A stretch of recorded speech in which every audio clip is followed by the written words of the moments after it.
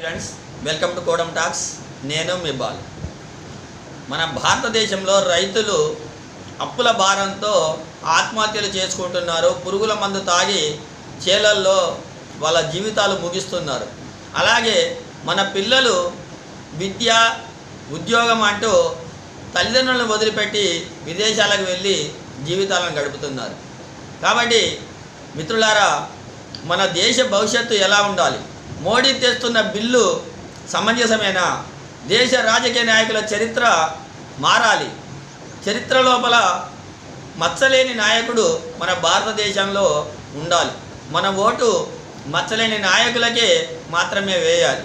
ఎందుకంటే నేర చరిత్ర గల నాయకులకు మన ఓటు వేసినట్టయితే మన దేశ భవిష్యత్తే కాదు, మన పిల్లల భవిష్యత్తు కూడా నాశనం అవుతుంది. అలాగే మన పవిత్రమైన ఓటు పవిత్రమైనటువంటి భారతదేశానికే పవిత్రమైనటువంటి నాయకులకు మాత్రమే వేయాలి. నిజానికి మన దేశంలో మోడీ తెస్తున్న బిల్లు ఇది చట్టం కాదు, మన దేశ భవిష్యత్తు వరకు వేసే మొదటి అడుగు. కాబట్టి మిత్రులారా, యువకులారా, మనము ఈ విషయాన్ని గమనించాలి. మన దేశ భవిష్యత్తు బాగుండాలి అంటే, మన పిల్లల భవిష్యత్తు బాగుండాలి అంటే ఖచ్చితంగా మనకు మచ్చలేని నాయకత్వం అవసరము.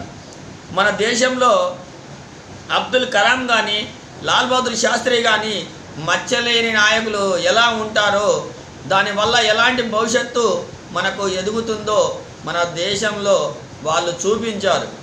జపాను, సింగపూరు మచ్చలేని నాయకత్వంతో రాజకీయం చేస్తూ వాళ్ళు అగ్రగామిగా, ప్రపంచ దేశాల్లో అగ్రగామిగా నిలుస్తున్నారు. మరి మన ఓటు పవిత్రమైన ఓటు పవిత్రమైన భారతదేశ భవిష్యత్తుకు ఎందుకు వినియోగించకూడదు?